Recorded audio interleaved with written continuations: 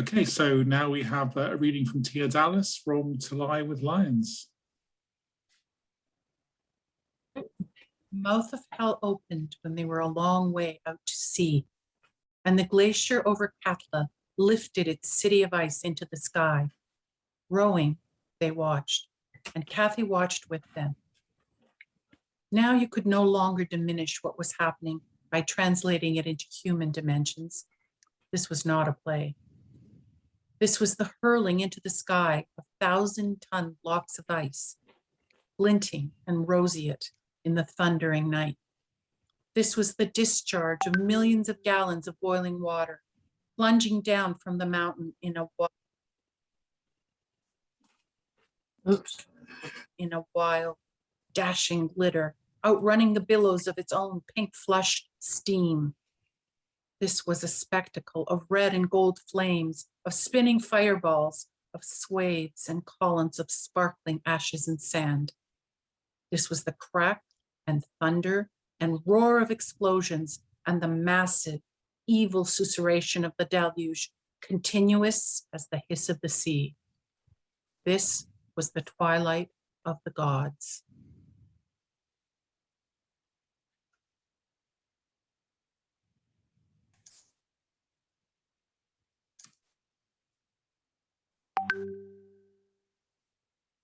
Okay, and now we have a little bit of a musical item. So talking about various Dunnett events and trips. This is all in Scotland, looking at past Dorothy Dunnett gatherings there. So if we could start that off, Tom.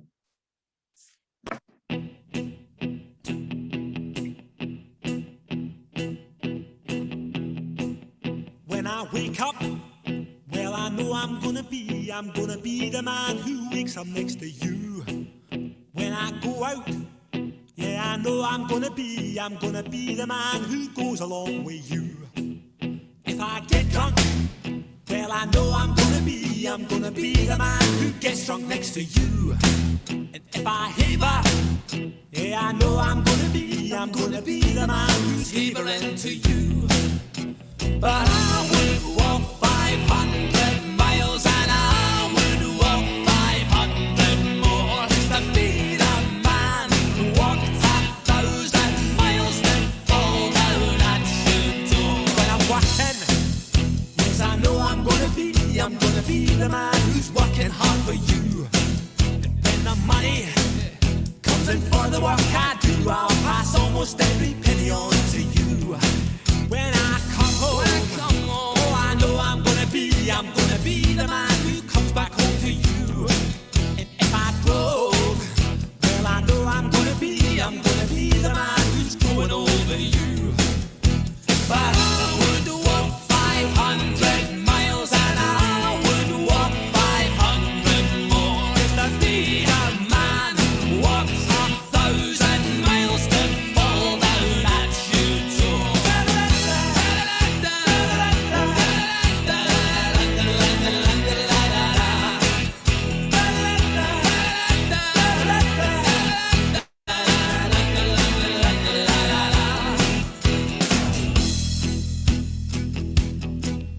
When I'm lonely, well, I know I'm gonna be the man who's lonely without you. And when I'm dreaming, well, I know I'm gonna dream about the time when I'm with you.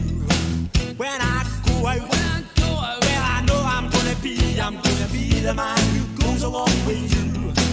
And when I come home, yes, I know I'm gonna be the man who comes back home with you.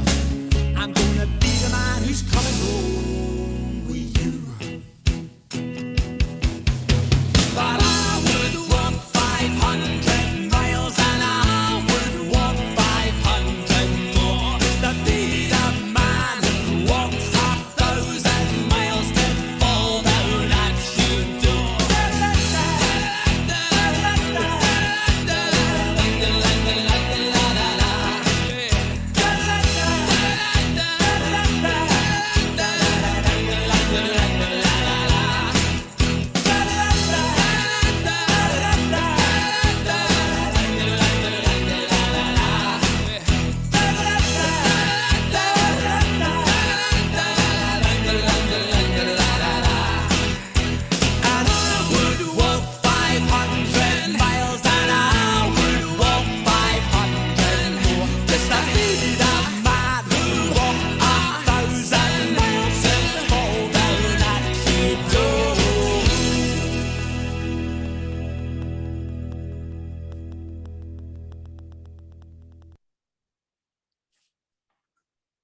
I hope you enjoyed that. That's a little bit about what we get up to on Dunnett Weekends. And of course, you don't have to come to a Dunnett Weekends to do those things. If you make it to Scotland at all, there's any number of people in the Dorothy Dunnett Society that would be happy to give anybody advice or help or guidance on what to see. And there was a lot of cake involved there, I noticed as well. So we've got that. So if we can, we'll move along to the next item. And this is over to Kathy, and this is the photo competition. Hello all. There was a surprising amount of cake in those slides. Actually, we do eat a lot of cake. Anyway, so right at the beginning of the year, we decided, Simon, Olive and I, that as we all here in the UK languished in lockdown, that it might be a bit of a giggle to set a competition asking anyone who fancied to recreate scenes from Dorothy Dunnett's novels, any novel you like, using only what you've got in your house, your garden, or your yard. So, I mean, you could bake it, crochet it, I don't know, pose the family dog, that sort of thing. And we had a lovely time because we had some fantastic entries. And we'd really like to thank everyone who raided the children's old toy boxes and repurposed plastic bags and took advantage of sudden snowfalls. Brilliant. So we're going to show you 7 entries. They are all so good that we decided we couldn't possibly be expected to judge them ourselves, and we're going to ask you to judge them. So they'll each come up, and I'll tell you who did them and what they're about. And then at the end of that, there will be a slide will come up with each one will have a number, and then you'll be asked to vote in a poll, and you can vote for more than one. This is all very proportional representation here. So Tom, if you could put the I should say before you put the first slide up that everyone gets a prize in this because they're all so great, but the overall winner will get a copy of the newly published Orkney guide, or if she already has that, she can have another guide. And the esteemed editor of the Whispering Gallery has looked over all the entries and says they're all brilliant and wants to put them all in Whispering Gallery, so that's great too. Okay, Tom, could we have the first one, please? So, sorry, you will find me laughing through this. So here we have an entry sent from Lenore Plummer, far, far away in New South Wales, Australia. Her picture obviously shows Jubril Pasha the Magnificent in all his glory at Topkapi Palace. I happen to know that the Homer doll, for it is he, is the childhood toy of her son, whose name is Bart, and he's 28 now and an army captain. So thanks, Bart, for the lend of your Homer. And she made the turban with a tennis ball. It's brilliant. And using her mum's old jewelry and a cheese knife. So thank you very much, Lenore. That was fantastic. Can we have the next one, please, Tom? So this is from our own Kim Clark here in the UK, and actually I shouldn't be smiling because it depicts the shocking moment when that dastardly Gabriel kills Piero Strozzi's son at the Battle of Zahara. I need to point out the spectacular use of the plastic bag as a windswept cloak. Cracking. Thank you very much, Kim. So Tom, could we have number 3? Oh, they're all good. So this is from Christian Schreider in Germany. And this is quite meaningful because this shows Nicholas returning from Trebizond on the lovely Chenna, the camel. And Christian explained that this is the moment when, and I'll quote a bit, when Lope, I quote, became suddenly still, his eyes glittering, because of course they hadn't expected Nicholas to survive. And the camel is a treasured childhood toy of Christian's. And the amazing figures were made by her mum as part of a nativity set. It's wonderful. it So, is. we're on number 4, aren't we? Number 4, please, Tom. So, number 4, and this is all because there was snowfall in Seattle. So it's from Karen Johnson from the United States, and Karen took advantage of a sudden snowfall in February to create an image of the hot springs cooking in Iceland into Lie with Lions, and all the Playmobil characters are all dressed up. So the full cast, there's Nicolo and Kathy and Anselm Sasanders and Pavel Benekate, forgive my pronunciation, and horses, and even the dinner, which is strung up over a fire. Words fail me, it's magnificent. So, and the next one, please, Tom. So this one is from our Tina Dallas in Canada. And here we have, obviously, Clace, Felix and Julius. And in the memorable lines from the start of Niccolo Rising, where it says, "It began with the sea and September sunlight and 3 young men lying stripped of their doublets in the Duke of Burgundy's bath."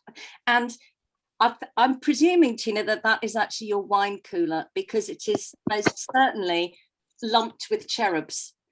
It's wonderful. And note teddy bear Catalina with her flying hen in, and Simon. Brilliant. Thank you, Tina. And It is in fact a soap dish. Well, you have one hell of a soap dish thing going on in Canada. So number 6, please, Tom.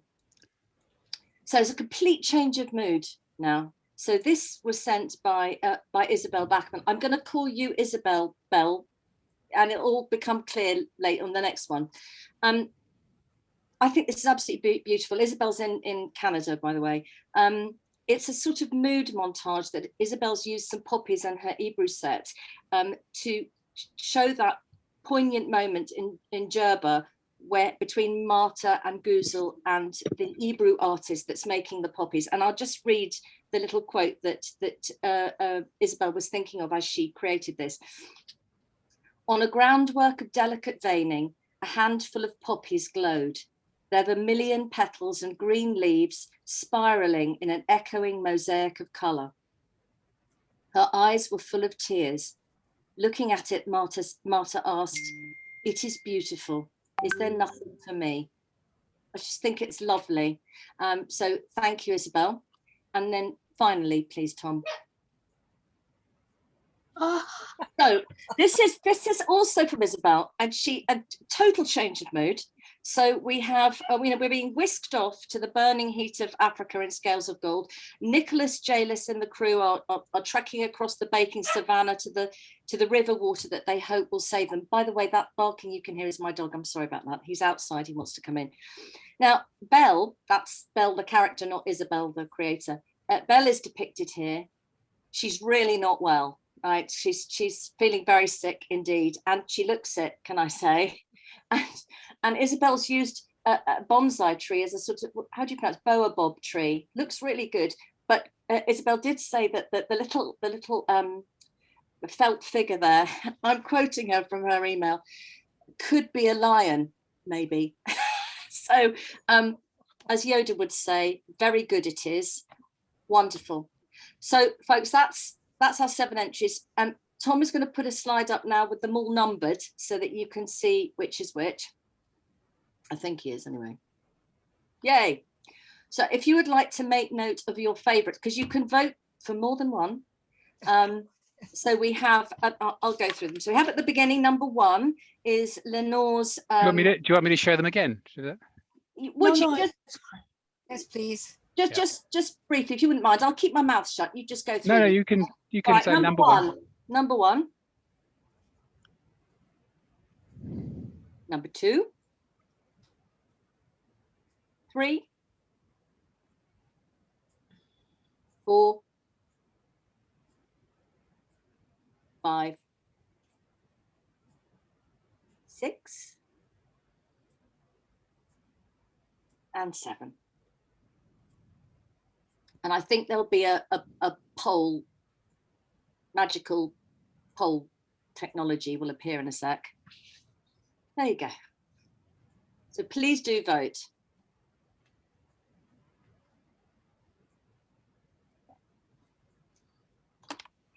And Simon, while everyone's voting, this is the point where I don't know what else to say. Are you going to, when do you reveal the results?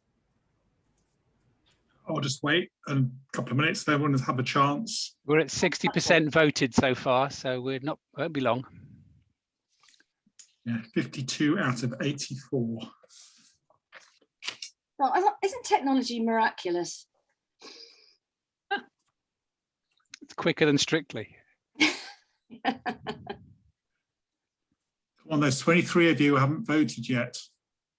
I haven't voted because I love them all and I don't feel I'm qualified. So you can vote for them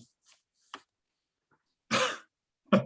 Okay, so maybe we'll stop there. So I can tell you that the winner with 61, actually, maybe I should go in reverse order. I don't know.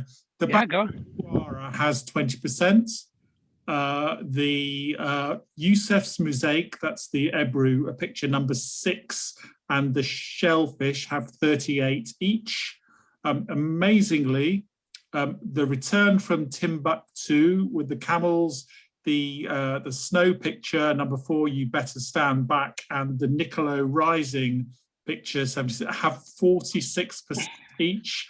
My winner is Jubrail Pasha. Yay! Is Homer Simpson from Lenore Plummer with 61%. I wonder if Lenore is able to know this because God knows what hour it is out there in Australia. But that's wonderful. Thank you, everybody. That was so much fun on those miserable mornings for Simon, Olive and I to get those popping in to our inboxes. And it was great fun. I'm sure Susanna will enjoy putting those in Whispering Gallery. Thank you. Perhaps we could send her an email telling her. No, I will. I'll be in touch with Lenore. Don't worry. It's 4:25 a.m. on Sunday morning. Oh bless her. I'll make it a bit later then. Okay, so if we can move on. So we've now got a couple of readings. Now these are really lovely readings, but they do show the perils of recording in a public place. You'll see what I mean when they start up. But thank you very much to Stephen Hart, who's going to read from The Unicorn Hunt, and Julia Hart, who's going to read from To Lie with Lions. So Tom, if you could take those away. Hello, we've come down to the Firth of Forth. Out there, as you see, the North Sea. Over here is the coast of Fife. And a little further along, you can see the Falkland Hills.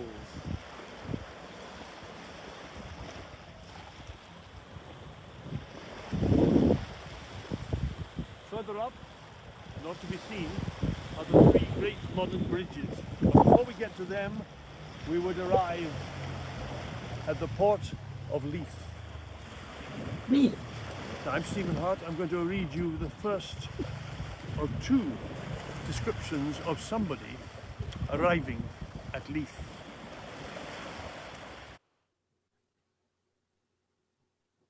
This is from The Unicorn Hunt, Chapter 2.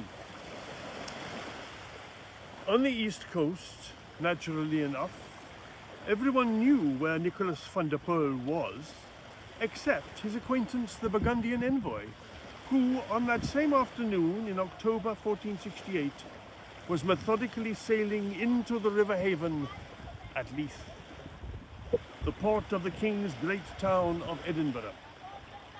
As with the owner of Kilmirran Castle, Anselmadorn arrived before he was expected. The sail from Flanders had been achieved without incident, which had saddened the children, the young people, hoping for pirates. The autumn sun resting on the broad waters of the Firth of Forth estuary was acceptably warm for a region so barbarically northern, and the view to the south was famous from drawing and plan, and familiar even to Adorn, who had never seen it before. The town of Edinburgh stood on its ridge with the castle rock at the top and the houses of its inhabitants outlined on the inferior slope. Behind the rock was a range of green, treeless hills. Other outcrops, more abrupt, reared themselves between the shore and the town. Close at hand was the mouth of the River Leith, timbered shored on each side with some coasting vessels and a quantity of fishing boats within a break. I'm Julia Hart, and I'm reading from chapter 9 of To Lie with Lions. As arranged by a master of illusion, the return of Nicholas de Fleury to Scotland lacked no ceremonial. Scotland welcomed its adopted knight, its brilliant banker, Nicholas de Fleury, and his superb wife, and his thriving small son. A handsome and loving young family. The grand entrance took place at Leith, as Nicholas wanted. His caravel rode into harbour, its sails shipped, its sides washed and shining, its banners taut, its trumpets piping and blaring. Lighters fled to and fro at their keel. The pilot boat which had brought them saluted, and far ahead, glossy in satin and silk, men stood arrayed on the riverside wharf. The magnates of Scotland, come to welcome their Knight of the Unicorn. And among the fringed flags that flapped and crackled above them was the Lion of Scotland. The royal house had sent one of its members. That's it.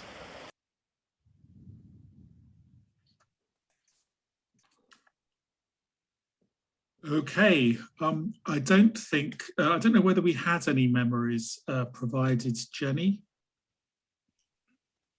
Sorry, yes, we had two, one from Jen Lee and one from Cheryl Grothouse, but I've crashed out twice and lost the chat. So if, no, sorry, not Cheryl, Jan Fergus. So if Jan's still on, hers would go very nicely as you move into the Nikado. And if Jen Lee is still about, then would be a good time. Okay. So, Jen Lee is still here, so you might want to call on her. Okay, Jen.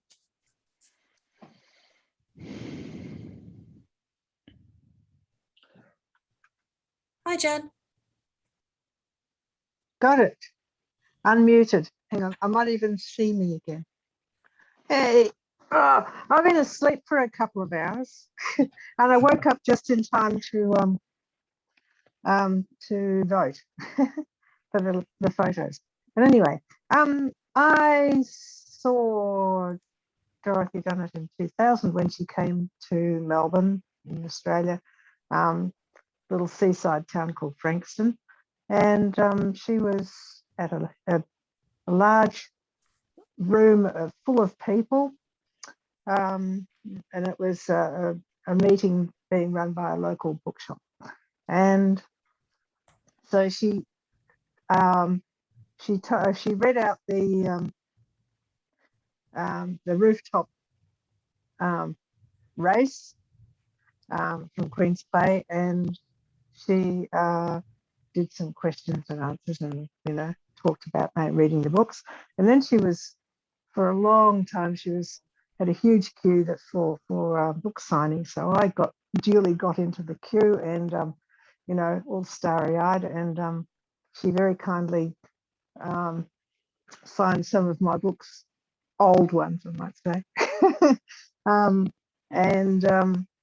Yeah, so she was really very sweet, and she was the people who ran it just had never had such a lovely person, they said, as a guest. Yeah, so that was my little meeting with her. Thanks, Jen. That was lovely. Jan, are you still with us? Jan? Yes, I am here. My memory is my little memorial is quite short, but appropriate for this point. It's that when the Mikado showed at Edinburgh, I always like to sit up front. So I was in the second row, close to the edge, and was absolutely galvanized when Dorothy Dunnett sat down, not right next to me, but one seat further away. And I think her son sat next to her on the other side. Anyway, she loved it so much. She was laughing so loud through the whole thing that there were lyrics, Simon, that I did not actually hear. I did not, however, go so far as to shush her. So anyway, it's one of my favorite memories of being at Edinburgh, although that was such a great meeting in general that, you know, it's got a lot of competition. But yeah, she was absolutely convulsed. There's no other word. So thank you. Okay, and I can remember at Philadelphia after the Mikado when she got on the bus with the cast and was singing along to on the way back to the hotel. That was an absolutely wonderful moment. Having done both Edinburgh and Philadelphia Mikados, that when she came on the bus, it was just a great moment. It was just a great moment, wasn't it? Yeah, absolutely. Sort of finished it off before I think we all ended up in your room getting drunk. You might have been getting drunk, Olive, true to form. Me, myself, yes, Coke only. Anyway, Olive. Speak for yourself, and I was sharing a room with you, so I know.